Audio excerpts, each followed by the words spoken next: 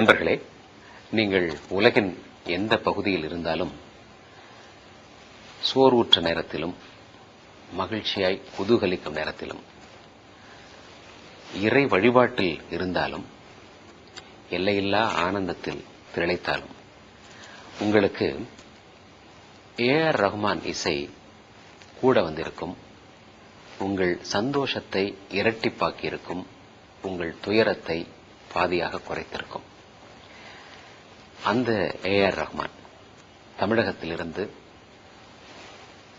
இந்தியாவின் வடபகுதிக்கு சென்று பிறகு உலகெங்கும் தனது சிறகுகளை விரித்திருக்கிற ஒரு இளம் பறவையை இந்த நிகழ்ச்சியில் உலகெங்கும் வாழுகின்ற தமிழர்களுக்கு வழங்குவதில் மகிழ்ச்சி அடைகிறேன்.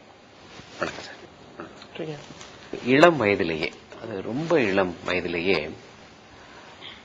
இசையினுடைய புதிய பரிமாணங்களை, அதாவது இசை டெக்னாலஜி சென்டர்டா, பிசி பேஸ்டா, கம்ப்யூட்டர் ஓரியன்டா இசை மாறி உலகின் பல இடங்களுக்கு பரவி கொண்டிருந்த நேரத்தில் அதை தமிழகத்திற்கு கொண்டு வந்ததில் உங்களுக்கு ஒரு பங்கு இருக்குங்கிறது என்னுடைய கருத்து. அந்த பயிற்சி டெக்னாலஜி பிளஸ் மியூசிக் அதை சக்சஸ்ஃபுல்லா மார்க்கெட் செய்த விதமும் கூட உங்களுடைய வெற்றிக்கு ஒரு காரணம்னு நினைக்கிறேன். இந்த காம்பினேஷனை, இந்த கூட்டு தொழில்நுட்பமும் இசையுமாக சேர்ந்தத ஒரு கூட்டான ஏற்றுக்கொள்ளத்தக்கதாக எப்படி கொடுத்தீங்க நீங்க? சின்ன வயசுல எனக்கு ஆக்சுவலா எலக்ட்ரானிக் இன்ஜினியர் ஆகணும்னு ஆசை இருந்தது. அதுக்கப்புறம் அது எங்க அப்பா தான் முதல்ல சிந்தசைசர்ன்ற கருவியை சிந்தசைசர் அதாவது தமிழ்நாட்டுக்கு ஃபர்ஸ்ட் ஸ்டார்ட் பண்ணது. நான் 74 நினைக்கிறேன். சோ இதெல்லாம் சின்ன வயசுல நடந்தது. அதாவது 8 வயசு 9 வயசுல இருக்கும்போது இந்த விஷயம். அதுக்கப்புறம் இசைதான் நம்மளுக்கு தொழில்ன்றது ஊர்ஜிதமான அந்த டைம்ல மிடின்னு சொல்ற இன்டர்ஃபேஸ் வந்தது. அதாவது musical instrument digital interface first musical instrument digital interface midi musical instrument digital முதலா ஒரு கீபோர்டை வந்து ரிமோட் கண்ட்ரோல்ல வாசிக்கிற மாதிரி, அதுக்கப்புறம் கீபோர்டோட சவுண்ட் வந்து ஒரு மாடியூலா இருக்கிற மாதிரி, அந்த மாதிரி விஷயம்லாம் 84-85ல வந்தது. முதல்ல எனக்கு ஒரு நண்பர் வாங்கி வந்து கொடுத்தாரு. CX5 சொல்லிட்டு ஒரு Yamaha கம்ப்யூட்டர். சோ அந்த டைம்ல இன்னும் மியூசிக் படிச்சுட்டு இருந்தேன், பிளஸ் வெளியே வாசிச்சுட்டு இருந்தேன். சோ இது என்ன வயசு இருந்திருக்கும் அப்ப என்ன வயசா? 15-16. ஸ்கூல்ல படிக்கும் போதே இதெல்லாம் செஞ்சுட்டு இருந்தீங்க? ஆமா, அப்ப வாசிச்சுட்டு இருந்தேன்ல. சோ நீங்க ஸ்கூல்ல படிக்கும் போதே ட்ரூப்ல வாசிச்சுட்டு இருந்தீங்க? ஆமா, ஒன்னும். சோ அது டே, அது நைட். ஓஹோ. அப்போ உங்க அப்பா இருந்தாங்க? அப்போ இல்ல, அப்பா இருந்துட்டாரு. அப்பா வந்து 76ல இருந்துட்டாரு. அப்ப என்ன வயசு உங்களுக்கு? 9. 9 வயதுல தகப்பனார் இறந்துட்டாரு. பிறகு எப்படியோ தகப்பனார் ஒரு இசையமைப்பாளர். அவர் இறந்த பிறகும் கூட, அது 9 வயதுல தகப்பனை இழந்த பிறகும் கூட நீங்க எப்படி தொடர்ந்து இந்த துறையில போனீங்க? தொடர்ந்து இதுல இருந்து வேற வழி இல்லை எங்களுக்கு. எங்ககிட்ட மியூசிக் இன்ஸ்ட்ருமெண்ட்ஸ் இருந்தது. அது வந்து வாடகை கட்டிட்டு சாப்பிட்டு. சோ இதையே வாஷா இட்ஸ் பெட்டர் திங் மிச்ச பேருக்கு செட் பண்ணி கொடுக்க போற நம்மளே கத்துக்கலாம். அப்பா விட்டுட்டு போன இசை கருவிகளை வாடகைக்கு விட்டு தான் வாழ்க்கை நடந்துகிட்டு இருந்தது. அப்போ இதை வாடகைக்கு விட்டு வாழ்க்கை நடத்துறதை விட இதை வாசிச்சா கூடுதலாக கொஞ்சம் வருமானம் வருங்கிற நோக்கத்துலதான் நீங்க, அதுவும் ஒரு காரணம். அந்த டைம்ல 84ல இது இந்த மிடி திங் ஆரம்பிச்சது. அப்ப எனக்கு இன்ட்ரெஸ்ட் வரும். அதுக்கு முன்னாடி வந்து ஒரு தொழில் மாதிரி தான், சரி போய் வெளியே வாசிக்கிறோம். இது வந்தோடனே ஒரு இன்ட்ரெஸ்ட் வந்துச்சு. சரி, இதுதான் புதுசா இருக்கே இந்த மாதிரி. அண்ட் இப்ப எப்படி நம்ம ஒரு மொபைல் வாங்கணும், ஃபர்ஸ்ட் யூசர் மேனுவல் படிக்கிறோம் இல்லையா? அதுக்கப்புறம் அது எல்லாமே நம்ம SMS பண்றோம், அது பண்றோம் நம்ம. சோ அந்த டெக்னாலஜிக்கல் இது வந்து மறந்து போயிடுது. தென் becomes a soul thing. What you want to connect comes straight to your hands or in your heart. அதே மாதிரி தான் இதுவும். அந்த டெக்னிக்கல் ஆஸ்பெக்ட் ஆஃப் மியூசிக் அந்த 2 வருஷத்துல மறைஞ்சு போச்சு. அதுக்கப்புறம் நம்ம என்ன நினைக்கிறோமோ அது அதுல வரணும்ன்றது வந்து became like a connection without seeing manuals and without understanding of this thing. இப்ப முதல்ல நீங்க ஏதாவது பண்ணணும் வச்சுங்க, இப்ப புக்கை படிச்சுட்டு பண்ணிருந்தீங்கன்னா அது மெக்கானிக்கலா தான் இருக்கும். whereas you have an idea and then you want to make that idea into music without seeing all the stuff and surpassing the technical aspect and going into the creation of the sound. From the evolvement 85, 86, 87, 88. So ரோஜா பண்றப்போ என்ன ஆச்சுன்னா அது completion ஒரு மாதிரி I would say mentally. அதாவது ஒரு உதாரணத்துக்கு ஒரு கார் வாங்குறோம்னா இது ஸ்டியரிங் வீல், இது கியர், இது கிளட்ச், இது பிரேக் அப்படின்னு மேனுவல் பார்த்து ஒன்று ஒன்றா தெரிந்து கொள்றதுங்கிறது ஒரு குழந்தை ஒரு பொம்மையை புரிந்து கொள்வது போன்ற ஒரு ஆர்வம். இதுல எது இருக்குமா, இது இப்படி நமக்குன்னா ரிவர்ஸ் கியர் வருமா, இதுல இந்த சவுண்ட் வருமா, ஒரு பர்பஸுக்கு மார்க்கெட் போகணும். அப்ப கார் எடுத்து மனசு ஆட்டோமேட்டிக்கா சொல்லுது இதை செய், பிரேக் பண்ணணும்னா இதை செய், தேர்ட் கியர் பண்ணணும்னா இதை செய்யணும், மனசு ஆட்டோமேட்டிக்கா சொல்லுது. அதே போல அந்த தொழில்நுட்பம் என்ற அந்த டெக்னாலஜி வந்த பொழுது இதுல தபலா வருமா, இதுல வீணை வருமா என்று இருந்தது போக, பிறகு இதுல அதெல்லாம் வரும் என்பதை உணர்ந்து கொண்டு அந்த தொழில்நுட்பத்தை தபலாவாகவும் வீணையாகவும். அதுக்கப்புறம் தான் மெயின் கொஸ்டின், இதுல ஆன்மா வருமா, இதுல சோல் வருமா, அதுக்குதான் கொஸ்டின் வந்தது. இப்ப எல்லாம் வருது வாசிக்கிறோம், பட் இன்ட்ரெஸ்டிங்கா இருக்கும் நம்மளுக்கு. அதுலதான் அந்த அந்த இறை நம்பிக்கைன்னு சொல்றோம்ல, சோ இதெல்லாம் மீறி ஒண்ணு இருக்கு. அது முயற்சி, அந்த பிளஸிங் வந்தாதான் இதுல இருந்து மியூசிக் வரும். எல்லாம் இதுல இருந்து நாய்ஸ் தான் வரும். இந்த கொஸ்டின் ஆன்சர் 90ல ஸ்டுடியோ கட்டின உடனே அப்போ அப்பா இறந்தது சொன்னீங்க. அப்பா இறந்த பிறகு இசை கருவிகளை வாடகைக்கு விட்டு வாழ வேண்டிய ஒரு நிலைமை ஏற்பட்டது. அப்புறம் கருவிகளை வாடகைக்கு விடுறது போல நாமளே அதை ஹேண்டில் பண்ணாமன்னு அதையும் செய்தீங்க. பிறகு எங்க உங்களுடைய ஒரு கச்சேரியில போய் அல்லது ஒரு ரெக்கார்டிங்ல போய் வாசிக்கிற ஏஆர் ரஹ்மான் என்பவர் எங்க தன்னுடைய ஒளியை பார்த்தாரு? அது இன்றைக்கு ஏஆர் ரஹ்மான் நிக்கிறாரு, இதற்கான பாதை எங்க ஆரம்பிச்சது? இதுக்கான பாதை ஃபர்ஸ்ட் என்னோட ஸ்டுடியோ பஞ்சதன் ரெக்கார்டிங் சொல்லுவாங்கல்ல, அந்த ஸ்டுடியோ கட்டும்போது எங்க குரு கரிமுல்லா ஷா காதரின்ற பிளஸ் பண்ணி இந்த ஸ்டுடியோ நீ என்ன பண்ணாலும் இங்கேருந்து ஸ்டார்டட்ன்ற மாதிரி அதுக்கப்புறம் இறந்துட்டாரு. But that was very important for us as a family. So ஒரு கான்பிடன்ஸ் இங்க அவர் சொல்லிட்டாருன்னு சொல்லிட்டு இந்த நம்பிக்கை பிளஸ் எனக்குள்ள இருந்த ஆல் த ப்ராப்ளம் இந்த ஹேபிட்ஸ் ஆர் அன்னெசரி இது எல்லாம் போயிடுச்சு. And then I start focusing on music. வெளியே வாசிக்கிறதும் கம்மி பண்ணிட்டேன். ஸோ என்னுடைய ஓன் மியூசிக், ஓன் கமர்ஷியல்ஸ், அதாவது அட்வர்டைஸ்மெண்ட்ஸ், அந்த டைம்ல start realising that there is a path, there is something else than what is happening now. ஆக ஒரு ப்ரொஃபஷனலா இதை பார்க்கணும் அப்படின்னா இதுல நீங்க சொன்னதுல 2 டைமென்ஷன் இருக்கு. ஒன்னு இந்த spiritual dimension and the professional dimension. Professional டைமென்ஷன்ல இன்னைக்கு நீங்க அடைந்திருக்கிற வெற்றிக்கு ஒரு ஸ்டுடியோ போட்ட பிறகு அதுல உங்களுடைய போக்கஸ், இதை நம்ம ஸ்டுடியோ நிச்சயமா கொஞ்சம் கடன் வாங்கி தான் போட்டிருப்பீங்க. நம்ம ஸ்டுடியோ இதை டெவலப் பண்ணணும். அப்போ ஒரு ஸ்டுடியோ வெளியில போய் ஹையர் பண்ணி மணிக்கணக்க வாடகை கொடுத்து இருக்கிறத விட உங்க கையில ஒரு பெரிய ஸ்டுடியோவே கிடைத்த பிறகு சில எக்ஸ்பெரிமெண்ட்ஸ் அதுல பண்ணி பார்த்திருப்பீங்க. இது வெளியில நடந்தது. உள்ளுக்குள்ள நடந்தது உங்களுடைய குரு கொடுத்த இங்கிருந்து தொடங்கு என்று கொடுத்த ஒரு கட்டளை. ஒரு இசை ஆர்வலராக இசை குடும்பத்தில் பிறந்து ஒரு சிறு மாணவனாகவே இதுல நீங்க எப்படி இந்த உலகின் ஈர்ப்பு, அது நீங்க இருக்கக்கூடிய சினிமா துறையினுடைய தவறா சரியானலாம் நான் சொல்லல, அந்த துறைக்கான வாழ்க்கை முறை இருக்கு, அந்த வாழ்க்கை முறையிலிருந்து நீங்க எப்படி தொடர்ந்து வேறுபட்டுக்கிட்டே இருக்கீங்க?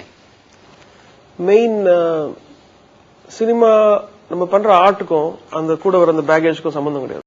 ஒரு இசை ஆர்வலராக இசை குடும்பத்தில் பிறந்து ஒரு சிறு மாணவனாகவே இதுல நீங்க எப்படி இந்த உலகின் ஈர்ப்பு, அது நீங்க இருக்கக்கூடிய சினிமா துறையினுடைய தவறா சரியானலாம் நான் சொல்லல, அந்த துறைக்கான வாழ்க்கை முறை இருக்கு, அந்த வாழ்க்கை முறையிலிருந்து நீங்க எப்படி தொடர்ந்து வேறுபட்டுக்கிட்டே இருக்கீங்க? மெயின் சினிமா நம்ம பண்ற ஆர்ட்டுக்கும் அந்த கூட வர அந்த பேகேஜுக்கும் சம்பந்தம் கிடையாது.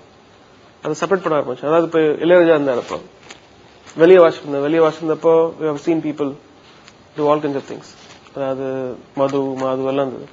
இவர்கிட்ட he started அவர்கிட்ட வாசிச்ச 1.5 வருஷம் one thing I learned which was music இது மாதிரியும் பண்ணலாம். அதாவது எல்லாமே இல்லாம இந்த மாதிரி கெட்ட பழக்கம்லாம் இல்லாம அது முன்னாடி இருந்ததோ தெரியாது. அந்த டைம்ல வந்து I saw him as a yeah has this thing.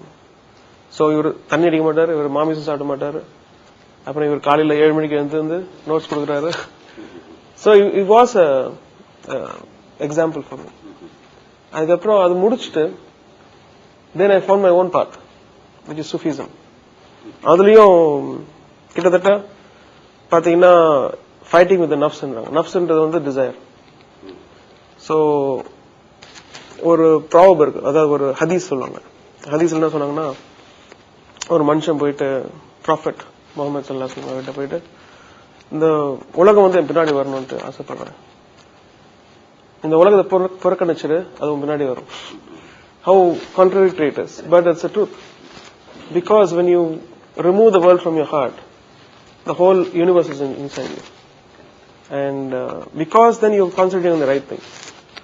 Everything, every direction is pulling you apart. And it is so difficult, but it's on the process itself you gain something. Yeah. So it could be one of the reasons. And once you start enjoying this process, you don't feel like going back. And you don't feel like stepping back and looking at other things. Then you lead a normal life. You get married, you have children, and then ஒரு இவ்வளவு ஆன்மீகம், இவ்வளவு ஆழமான ஆன்மீகம்னா வெறும mask போறதோ இல்ல சர்ச்சுக்கு போறதோ டெம்பிளுக்கு போறதோ இல்லாம அதையும் தாண்டியதான ஒரு சோல் சர்ச்சிங் ஆன்மீகம் உங்களுக்குள் இருந்த பொழுதும் இந்த கமர்ஷியல் உலகத்துல ஓடணும், தேடணும், வெற்றி பெறணும் அப்படிங்கிற உந்துதல் வித்தியாசமா இருக்கு. Very important question. இப்போ ரொம்ப ஈஸி ஆக்சுவலா ஒரு ஃபாரஸ்ட்ல போயிட்டு நான் வந்து பெரிய ஞானியா போறேன், பெரிய சித்தராக போறேன், அண்ட் உலகமே வேண்டாம், அந்த உலகத்துக்குள்ள இருந்துட்டு ஒரு சித்தரா இருக்கிறது தான் பெரிய விஷயம். உணவு இருக்கும்போது இருப்பதற்கு பேரு தான் உபவாசம். உணவு இல்லாதவர்கள் இருப்பதற்கு பேரு பட்டினி. அது உபவாசமா இருக்க முடியாது. எக்ஸாக்ட்லி. சோ பட் அதோட அது very tiny line. You have to realise within your self நமக்கு என்ன கிடைக்குதுன்னு சொல்றது. அது வந்து ஒரு பெரிய ப்ராசஸ். அது ஸ்டெப் பை ஸ்டெப்பா போறது பெட்டர். அந்த பீரியட் ஆஃப் டைம்ல வந்து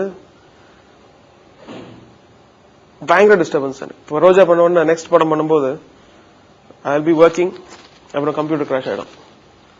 அதுக்கப்புறம் முக்கியமான சேவ் பண்ற டைம்ல கரண்ட் போயிடும். அண்ட் இது மாதிரி நிறைய டிஸ்டர்பன்சஸ்.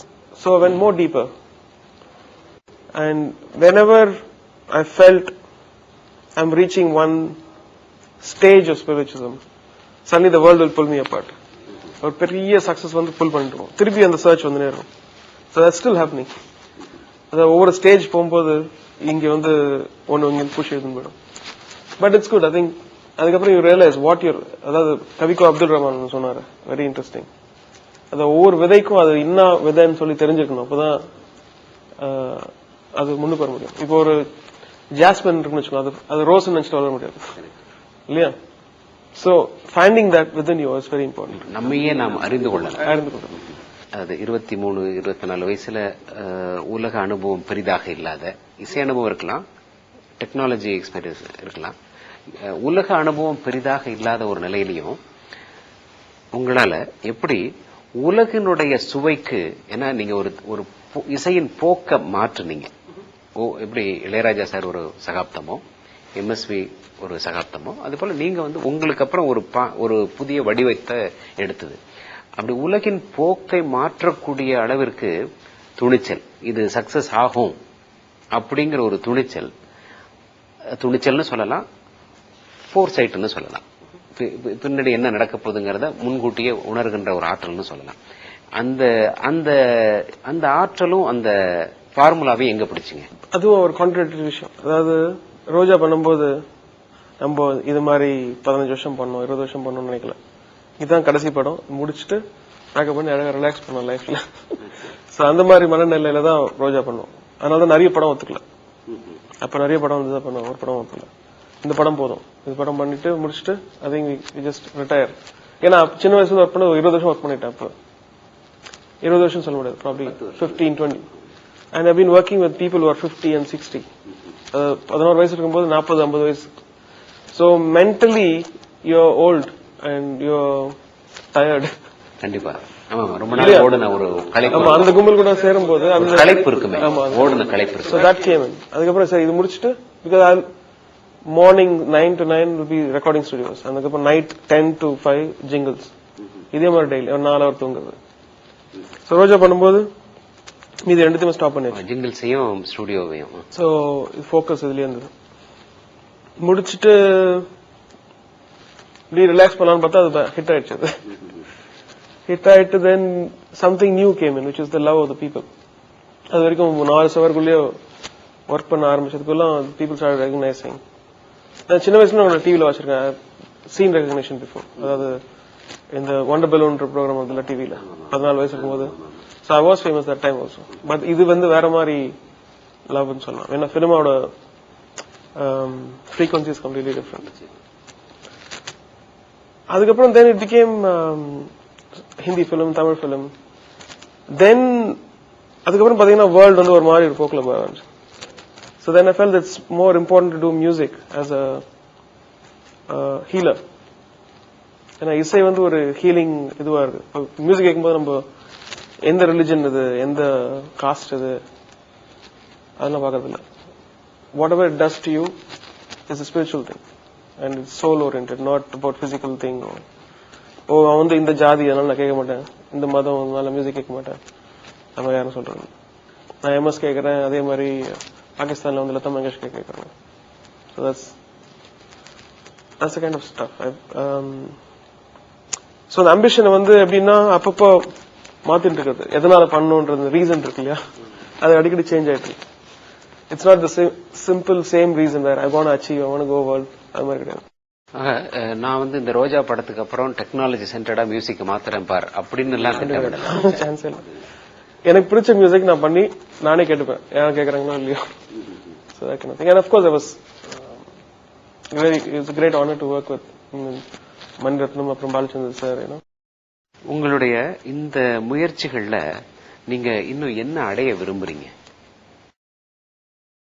இப்போ அதெல்லாம் ஒண்ணும் கிடையாது. மெயின் திங் என்னன்னா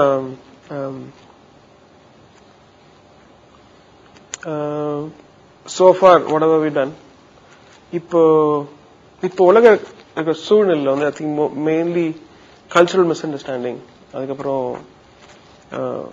ஹேட்ரட். இந்த கண்ட்ரி பார்த்து ஹேட்ரட், அந்த கண்ட்ரி பார்த்து hatred of small stupid things which some individuals do.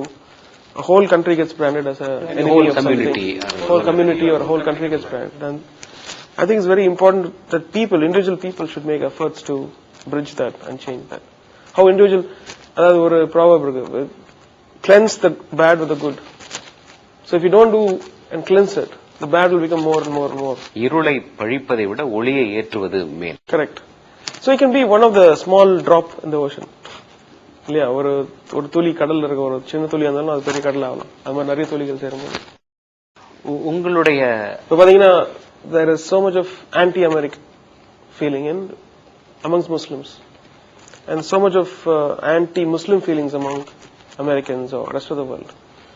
And அதே மாதிரி இந்தியாலும் சரி ஒரு சின்ன incident can change one versus another ஆயிடுது. But then some one person does something good, like we take Gandhi for instance. அந்த நான் வயலன்ஸ்ன்றது வந்து இன்னும் அவருக்கு அப்புறம் யாரும் அச்சீவ் பண்ணல. It's going the other way இல்லையா. And it's very important to take an example from that and how Prophet Muhammad is misrepresented or by some people who are ignorant, and what kind of example he set his life and how எளிமையா அவர் எப்படி வாழ்ந்திருக்காரு, எப்படி அன்போட சிகரமா இருந்திருக்காரு. அதுக்கப்புறம் அவரோட life story எடுத்து பாத்தீங்கன்னா then you will understand. So that kind of thing, examples you Jesus Christ அதே மாதிரி is very big influence in my life. When I was in a dilemma in my life, which side to go? There's a proverb of Christ which says, either be a hot water or cold water, don't be warm water. That is imprinted in my heart, So whenever I do something, either you are with me or you are against me. அது ஒன்னு இருக்கு, இன்னொன்னு இருக்கு. இது மாதிரி ஒன்னு hot water இல்ல cold water. Don't be lukewarm water, don't be மீடியோக்கர்ன்ற மாதிரி. அதனால களத்துக்கு வந்துட்டா போராடணும் அல்லது களத்தை விட்டு வெளியேறிடணும். களத்துல இருக்கலாமா போராடலாமா. நான் அண்டர்ஸ்டாண்ட் பண்ணது எப்படின்னா டிசிஷன் எடுக்கும்போது எதோ be black or white, don't be grey. இசை என்பது ஜெனட்டிக்கா? It could be. I think everybody has it inside. Because music எல்லாமே ஒண்ணுமே, மியூசிக் ரிதம் எல்லாமே ஒண்ணுமே கிடையாது இல்லையா? The earth ஓட rotation or ஹார்ட் பீட்டே மியூசிக். ஹார்ட் பீட்டே மியூசிக், எக்ஸாக்ட்லி. இப்போ நடக்கிறது, அதுக்கப்புறம் எவ்ரிதிங். இப்போ உங்களுக்கு ஒரு 14 வயசு 13 வயசுலயே வாசிக்க ஆரம்பிச்சேன்னு சொன்னீங்க. அப்போ உங்களுக்கு நிச்சயமா இது மரபு வழி, உங்க அப்பாட்டு தான் வந்திருக்கணும் இல்லையா? அது கண்டிப்பா. And also I think his anguishes and his all his dreams which he had, which was never fulfilled. I think God has given in another way to me. Adha அவர் வந்து he was working for so many people but without selflessly, and when he died all those dreams crashed. And I think when I came as a composer I probably started from his. I didn't have to suffer too much. You are an extension of your father. Exactly, his dreams. That's what I think. இந்த கருத்தை நீங்க சில ஆண்டுகளுக்கு முன் ஒரு தொலைக்காட்சியிலயோ ஒரு பத்திரிகையிலயோ சொல்லியிருந்தீங்க. இப்ப நானும் அதை என்டார்ஸ் பண்ணினேன். எந்த ஒரு காரணமும் இல்லாம அப்ரப்டா ஒரு வாழ்க்கை முடியும் பொழுது கடவுள் அது இன்னும் கொஞ்சம் தொடர்ந்து இருக்கலாமோ என்று நினைக்கும் பொழுது சந்ததிக்கு அதை கொடுப்பதாக நான் நினைக்கிறேன். ஏன்னா என்னுடைய தந்தையார் அப்படி இறந்தப்போ அங்கிருந்து தான் என்னுடைய கரியர் ஆரம்பிச்சது. அது போல உங்களுக்கும் உங்களுடைய தந்தையாருடைய ஒரு திடீரென்று ஏற்பட்ட முடிவு, அது ஏஆர் ரஹ்மான் என்ற வழியில் ஒரு கண்டினியூவம், ஒரு நீட்சி ஆக அது தொடர்ந்து இருக்கிறதுன்னு சொல்றீங்க. உங்க தந்தையாரை பத்தி சொல்லுங்க, எங்களுக்கு அவ்வளவா அவரை பத்தி தெரியாது. நான் வந்து சின்ன வயசுல, அதாவது மிச்ச இசையமைப்பாளர்கிட்ட வாசிக்கும் போது ஃபர்ஸ்ட் சொல்லுவாங்க, நான் இப்போ 11 வயசு 12 வயசு இருக்கும், உங்க அப்பாவால என் ஃபேமிலி ஓடுது, உங்க அப்பாவால எங்க வீட்டுல இப்ப சாப்பாடு சாப்பிடுறோம், இந்த மாதிரி only good things I heard, nothing, no bad remark ever. சும்மா கேட்கும் போது கூட சப்போஸ் ஏதாவது தப்பு பண்ணியிருந்தா அது மாதிரி he made so many families, so many lives, and by giving them work and encouraging them. தமிழ்லயும் மலையாளத்திலயும் இசையமைச்சாரா? மலையாளத்துல மெயினா, தமிழ்ல வந்து ஐ திங்க் வி குமார், அதுக்கப்புறம் சுதர்ஷன் மாஸ்டர், அவர்களோடு ஒரு பணியாற்றினார். உதவி இசையமைப்பாளர். அதாவது அப்போ எல்லாம் இசையமைப்பாளர் என்ன பண்ணாங்கன்னா ஒன்லி டியூன்ஸ் போடுவாங்க, வேற இந்த பிஜிஎம் இந்த ரீ ரெக்கார்டிங்லாம் அவங்களுக்கு தெரியாது, வெஸ்டர்ன் நோட்டேஷன் எல்லாம் இவர் தான் பண்ணுவார். So that's his character. உங்க அப்பா தமிழ்ல வாசித்த ஏதாவது ஒரு பாடல் ஏதாவது ஒண்ணு சொல்லுங்க, அவராக கம்போஸ் பண்ணி. ஏன்னா அது தெரிஞ்சதுன்னா இன்னார் பையன் இப்படிதான் இருக்குவாரு நாங்க நினைப்போம். திங்க் ரொம்ப சோகமான பாடல் நினைக்கிறேன், ஆடி அடங்கும் வாழ்க்கையடா, இது ஆரடி மண்ணில். ஆமா அந்த பாட்டு அவர் தான் கோவிந்தராஜன் பாடியது, ஆடி அடங்கும் வாழ்க்கை. இது வி குமார் மியூசிக் இல்லைங்களா? ஆமா, அப்படிங்களா? ஆரடி நிலைமே சொந்தமடா, எதிர்நீச்சல்னு நினைக்கிறேன் அந்த படம். ஆமா, வி குமார்ல. சோ அந்த டியூன் வந்து எங்க அப்பா போட்டதா எல்லாம் சொல்லுவாங்க, மாலி சார் கூட சொன்னாங்க. ஓஹோ. மலையாளத்துல வந்து lot of films is done. கடைசி ஃபிலிம் வந்து சோட்டானி கரமன் ஒரு படம், அது ஒரு எந்த அன்னைக்கு ரிலீஸ் ஆச்சு. உங்களுடைய வளர்ச்சியில அதாவது ஒரு ஆழமான மனிதனாகவும் இறை நம்பிக்கை உள்ள மனிதனாகவும் ஒரு இசையமைப்பாளராகவும் சக்சஸ்ஃபுல் இசையமைப்பாளராகவும் நீங்க வளர்ந்ததுல உங்க தாயாருடைய பங்கு என்ன? முழு பங்கு சொல்லலாம். ஏன்னா அவங்க இல்லைன்னா நான் இசையமைப்பாளர் ஆகிக்கணும், இசையிலே வந்துருக்க முடியாது, வேற மாதிரி ஒரு பார்ட்டிசிபேட் பண்ணிருப்பேன், அதாவது வேற இன்ஜினியரா மாதிரி. சோ மியூசிக் தான் உனக்கு இப்படிதான் நீ வரணும்னு சொல்லிட்டு அந்த வகுத்தது வந்து மெயினா அம்மா. அம்மாவும் இசை தொடர்புடையவரா? அம்மா மெயினா ஆக்சுவலி நோ, ஹவுஸ் ஒய்ஃப் தான் அவங்க. But she has one instinct which was so important to me.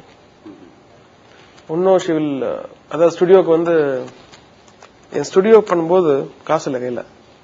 இப்போ 3 லட்சம் வந்து 30 கோடி மாதிரி இல்லையா, 3 லட்சம் ரூபாய் இப்போ ஆச்சு அந்த ஸ்டுடியோ கட்டும்போது.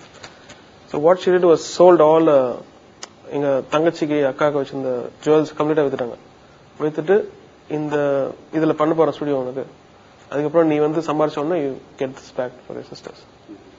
So that is very important step for me. அவங்க உங்களை உருவாக்கியது, அப்ப உங்க தகப்பனாருடைய மறைவுக்கு பிறகு உங்களை உருவாக்கியது உங்களுடைய தாயார் தான். ஒரு குடும்ப தலைவனாக இன்னைக்கு உங்க அம்மா, சகோதரிகள், நீங்க அவங்களுக்கெல்லாம் சகோதரன், தாய்க்கு மகன், மனைவிக்கு கணவன், குழந்தைக்கு தகப்பன், இப்படியாக இந்த வாழ்க்கை உங்களுக்கு எப்படி இருக்கு? இப்பதான் ஒண்ணு நுழைஞ்சுட்டு இருக்கேன். அதாவது இந்த 3 வருஷமா தான் start realising that I got 3 kids. Because அவங்க பிறக்கும் போது சின்ன பசங்களா இருக்கும்போது இப்போ அவங்க கேட்கிற கேள்வி, உனக்கு ஏற்ற மாதிரி பதில், அந்த அவங்க expectation of life, what a father should do. So இது மாதிரி விஷயம்லாம் இப்பதான் நான் ஸ்லோவா. அவங்களுக்கு எல்லாம் தெரியுமா அவங்க அப்பா இவ்வளவு பெரிய ஆளுன்னு? தெரியும் நினைக்கிறேன், எங்க டிவில வந்துட்டே இருக்குல்ல. அவங்க அப்பா ஒரு இசைத்துறையில ஒரு உலகளாவிய ஒரு மனிதர் அப்படிங்கறது அவங்களுக்கு அவங்க மனசுல போறது கஷ்டம். உங்களுடைய அடுத்த கட்டமா என்னவா இருக்கும்? அடுத்த கட்டம் தெரியாது எனக்கு. அடுத்த கட்டம் வந்து அடுத்த வருஷம் 40 வயசு ஆக போகுதுன்னு தெரியும். ஏன்னா ஒரு 10 சொல்லலாம் உங்களுக்கு. உங்களுடைய இவ்வளவு ஆழமான இறை நம்பிக்கை இருக்கும் பொழுது, இவ்வளவு ஆழமான மனிதராக நீங்க இருக்கும் பொழுது, சினிமா பாடல்களுக்கு இசையமைப்பது உங்களுக்கு கொஞ்சம் நெருடலாக தரலையா? எல்லா சினிமா பாட்டையும் நான் சொல்லல, ஒரு அப்பட்டமான வக்கரம், ஒரு அப்பட்டமான ஒரு சமூகத்தை ஒரு சீண்டி பார்க்கிற ஒரு வக்கரம், அது நாளாக அதிகமாகிட்டு இருக்கோம். ஒருவேளை எனக்கு வயசாகிட்டு இருக்கோ. எந்த பாட்டு சொல்றீங்க? பொதுவாக திரைப்பட பாடல். ஒரு பாட்டு சொல்லுங்க. எந்த ஒரு திரைப்பாடலையும் சொல்லலாம். அது ஒரு குறிப்பிட்ட சொல்லி அது வந்து யாரையும் காயப்படுத்த நான் விரும்பல. ஆனா நான் என்ன நினைக்கிறேன்னா, டபுள் மீனிங், டபுள் மீனிங்ல அது இருக்கிறத. இப்போ இன்டர்நெட் இருக்கு, இன்டர்நெட்ல வந்து மிக நல்ல விஷயம் இருக்கு, மிக கெட்ட விஷயமும் இருக்கு. நம்ம எது நல்லது மட்டும் எடுத்துட்டு கெட்டதை விட்டுணும். எல்லாத்துலயுமே இருக்கு, நம்ம நம்மளுக்குள்ளேயே நல்லதும் இருக்கு கெட்டதும் இருக்கு. I can do something which is very good, I can also do a murder. But அது வந்து எவ்ரிதிங் இஸ் லைஃப்ல எல்லாமே பிளாக் அண்ட் ஒயிட் இருக்கு. ஸோ சினிமாவில் அதே மாதிரி there's some incredible source of things in it, power in it. அதே சமயத்தில் மிஸ்யூஸ் பண்ணோம்னா அண்ட் ஷார்ட் கட்ஸ் போட்டோம்னா அது வந்து ஒரு பேட் எலிமெண்ட் அவங்களுக்கு ஃபீல் பண்ணலாம். ஸோ நான் always I look at the positive side of things. அதுக்கு தப்புன்றது எது கேட்டேன்னா, இப்போ ஒரு தாம்பத்திய உறவை கூட எடுத்துட்டோம்னா, சில ஆண்டுகளுக்கு முன், ஒரு தலைமுறைக்கு முன், பனித்துளி ஒன்று சிப்பியில் விழுந்து வந்தது முத்து என் மன்னவன் சொத்து என்று ஒரு கணவன் மனைவி தாம்பத்திய உறவு, அதன் விளைவாக ஒரு கருத்தரித்தல், ஒரு குழந்தை பிறத்தல் என்று இருந்தது. அது இப்போ நாள் ஆக ஆக ஏற்கனவே ஆங்கில பாடல்கள்லாம் கொஞ்சம் ஓபனாவே இருக்கும். இந்த வேற ஒன்றும் இல்லை, ஒரு எதை வந்து எக்ஸ்பிளிசிட்டா சில விஷயங்களை சொல்வது. ஐ திங்க் என்னன்னா வாட் ஹேப்பன் இந்த ஒரு 4 வருஷமா நோட் பண்றது என்னன்னா, ஒரு விதமான சினிமா ஓடிட்ட உடனே என்ன பண்றாங்க, எல்லாரும் அது பின்னாடி ஓடிடுறாங்க. இதுதான் ஜனங்களுக்கு பிடிக்குது, நம்ம இது பண்ணாலும் இதெல்லாம் ஓடாதுன்ற மாதிரி அவங்க மேல இருக்க செல்ஃப் கான்பிடன்ஸ் எல்லாம் போயிடுது. அதுக்கப்புறம் ஸ்டார்ட் டூயிங் திஸ். இது ஷார்ட் கட் டு கிரியேட்டிவிட்டின்னு சொல்லலாம். இப்போ கிரியேட்டிவிட்டி மேல நம்பிக்கை இல்லைன்னா உடனே there are lot of shortcuts to take in film making or in music or in anything, and that's the only point I could say in anything. எதுலயும் இப்ப வந்து உங்ககிட்ட நீங்க ஒரு எடக்கு முடக்கான கேள்வி என்ன கேட்கறீங்கன்னு வச்சுங்க, I can slap you, I can just say it in a very intellectual way back to you. So it's same thing. Or you can just walk out. Yeah, exactly. So it's a choice, and if I think at that time that this is the decision I should take, they should have people, I think creative people should have kind of responsibility in this. நீங்க உங்களுடைய நண்பர்களுக்கு என்று இசையமைத்தா அது பெரிய hit ஆயிடுதோ அந்த பாடல்கள்லாம்? அப்படியா, எது சொல்றீங்க? இல்ல, பொதுவா இப்ப எஸ்.ஜே. சூர்யா படங்களுக்கு எல்லாம் நீங்க போடுற பாட்டு பெரிய ஹிட் ஆயிடுது, மணிரத்ன சாருக்கு போடுற பாட்டு. அது ஒண்ணும் இல்ல, ஆக்சுவலா 3 பேரோட பிரெயின் வேவ்ல இருந்து ஒரே மாதிரி இருக்கணும். லெட்ஸ் டூ சம்திங் எக்ஸ்ட்ரானரி, ரொம்ப பிரஷர் இல்லாம. இப்போ வந்து வெளி ஆளுங்கிட்ட ஒர்க் பண்ணும்போது அவங்க they wouldn't know what I am. Sir ஒரு செய்ய மாதிரி கொடுங்க சார், ஒரு முக்காப்பல மாதிரி கொடுங்க. ஸோ அதுவே பாதி ஒரு ஸ்டெப் டவுன் தான். ஏற்கனவே வந்துருச்சு, திருப்பி போட்டோம்னா நல்லா இருக்காது இல்லையா? அதை நீங்க டிசைட் பண்ண முடியாது இல்ல? I can't decide because it's a team work. இல்லையா? இப்போ ஒர்க் பண்றது எல்லாமே I think has good vibes. மூன்று பேர் ஒன்றாக சிந்திக்கணும்னு சொன்னீங்க ஒரு சக்சஸ்ஃபுல் ஹிட் சாங் கொடுக்கறதுக்கு. யார்? ஒருத்தர் இசையமைப்பாளர், இன்னொரு கவிஞர், இன்னொருவர் இயக்குனர்.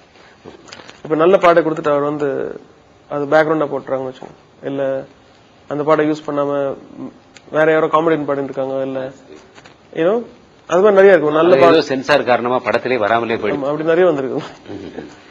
நீங்க அண்மையில இசையமைத்ததுல நீங்க ரொம்ப விரும்பி லயித்து செய்த இசையமைப்பு இது? தமிழ் பாடல்கள்ல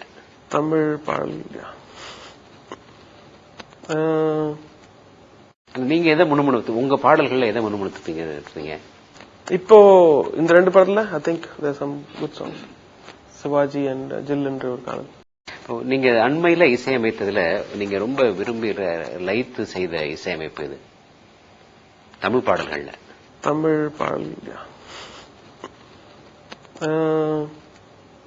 நீங்க எதை முணுமுணுத்து, உங்க பாடல்கள்ல எதை முணுமுணுத்துப்பீங்க? இப்போ இந்த 2 படத்துல I think there some good songs, Sivaji and Jill என்ற ஒரு காதல். அதுக்கு முன்னாடி மயிலருகே சொல்லலாம். அந்த டியூனே வந்து 2 வாலி சார் நான் உட்காந்துட்டு இருக்கப்போ முதல்ல ஒரு டியூன் இருந்தது. அப்புறம் வாலி சொன்னார் இந்த டியூன் நல்லா இருக்கான்னு கேட்டாரு. அப்ப இந்த டியூன் கேளுங்க, அப்புறம் அந்த டியூன் இந்த டியூன் மிக்ஸ் பண்ணி மயிலருகே.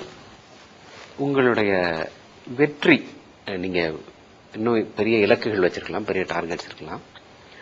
நீங்க வெற்றி அடைந்ததாக நினைத்தீர்கள் என்றால் உங்களுடைய எப்படி இருந்தாலும் நீங்க அதை with humility you may not accept it also.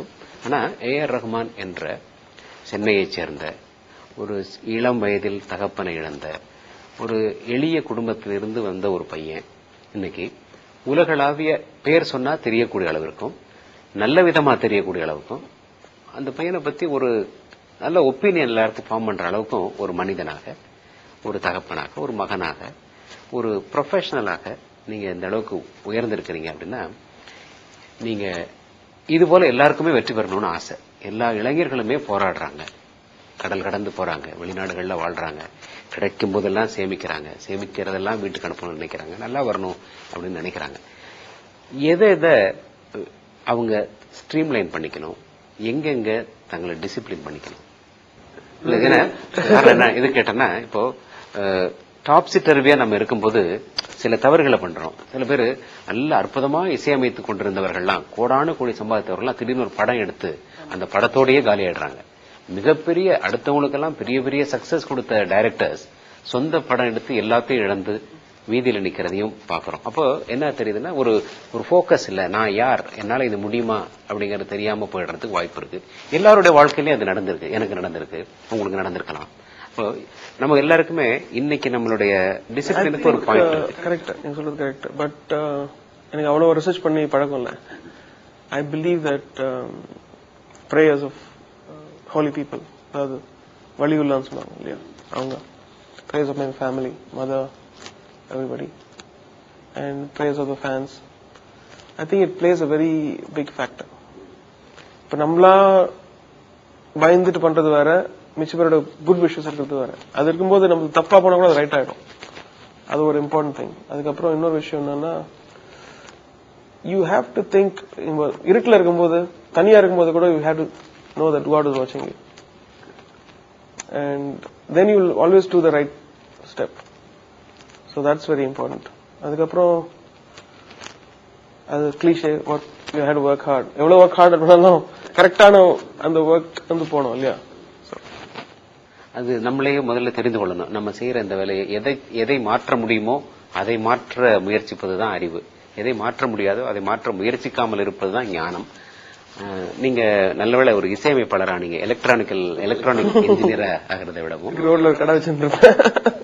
நீங்க இந்த பாப்புலாரிட்டி உங்களை தனிப்பட்ட வாழ்க்கையில நீங்க வேற மாதிரி வாழ விரும்பி இருக்கீங்களோ?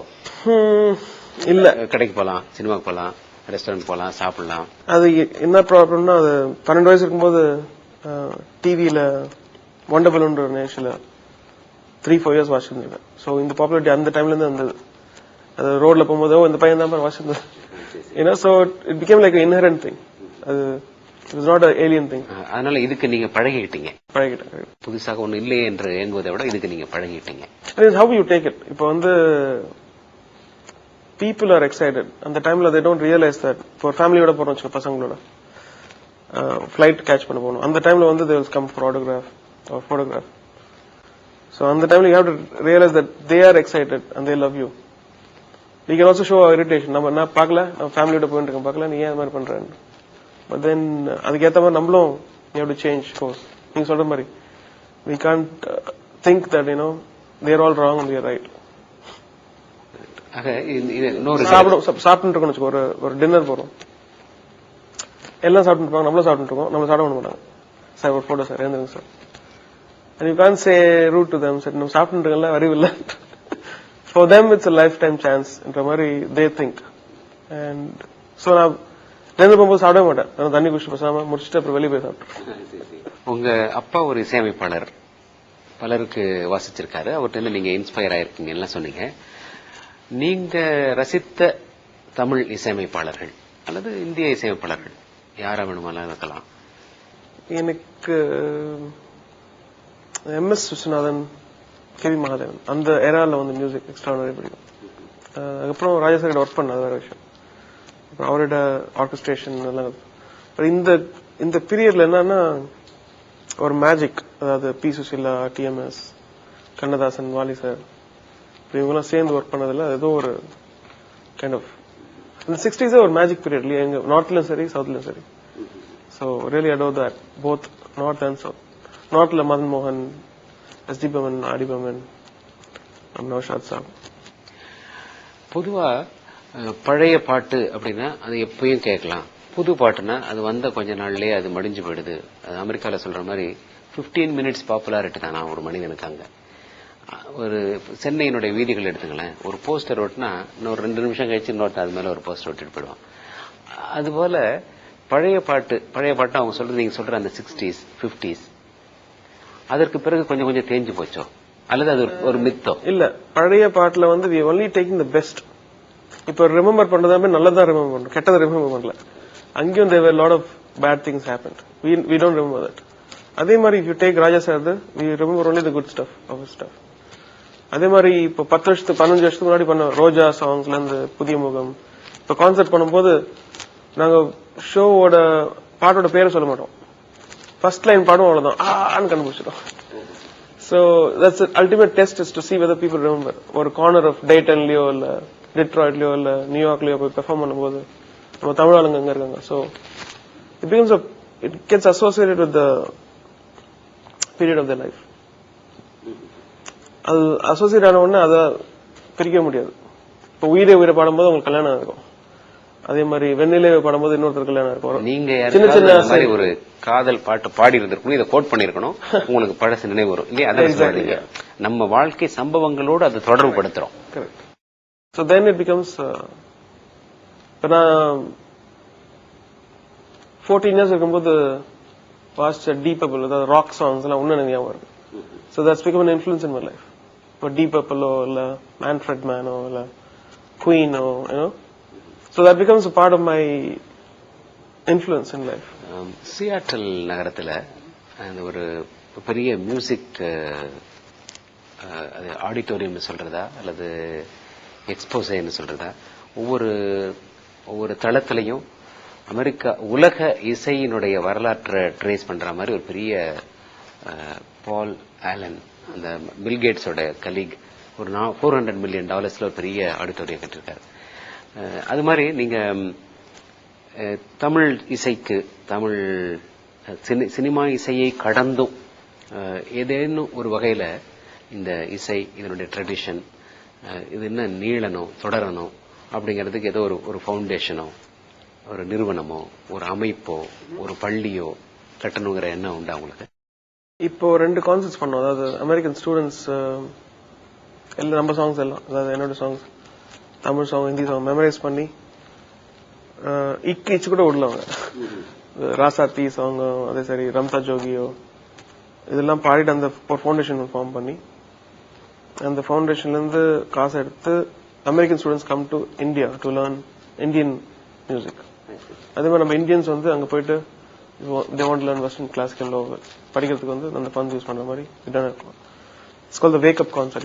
இப்போ last week பண்ணிட்டு வந்தோம்.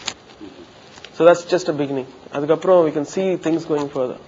இன்னும் என்ன பண்ணுறது மெயினா எனக்கு எப்படி மென்டாலிட்டினா இந்த ஸ்டுடியோ கட்டுறதுக்கே ஐயோ இவ்வளவு காசா இதுல வந்து we can do a hospital or we can do a, ஏழை விடுதி or something, mentally இந்த ஸ்டேட் போயிட்டு இப்பதான் ஸ்லோவா I'm just getting into a frame of mind where I can say that this is my profession and I have to invest in this to get the money, because then there's more money coming in and there's sustenance of revival of the profession.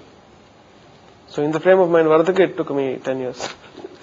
காசு கொடுக்கும்போது அழுதுட்டே கொடுப்போம் அந்த ஸ்டுடியோல, ஏன் இவ்வளவு காசு இந்த ஸ்டுடியோக்கு. So and the state of mind, would you like to make some contribution? It has to happen by itself. I think it will happen when it has to happen. நம்ம என்ன பிளான் பண்ணாலும் I don't plan, because when you plan something it can be in the bottom of your heart. I can't be frustrated about something, and because then it becomes frustration when it doesn't happen. Then you feel sad. So better have it. If it happens, you enjoy it. Otherwise, you just. நீங்க 75 ஆண்டு கால தமிழ் சினிமாவில் extraordinary அப்படின்னு நீங்க ஒரு 5 பாடல்களை உங்க பார்வையில சொல்லணும்னு நினைச்சீங்கன்னா எந்தெந்த பாடல்களை சொல்லு? நிறைய இருக்குல்ல.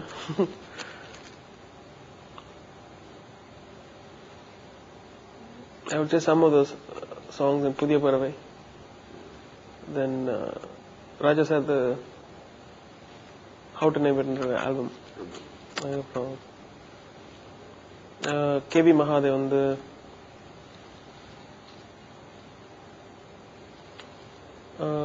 அவர்தான் சங்கராபரணம் பண்ணது இல்ல, சங்கராபரணம் I think. And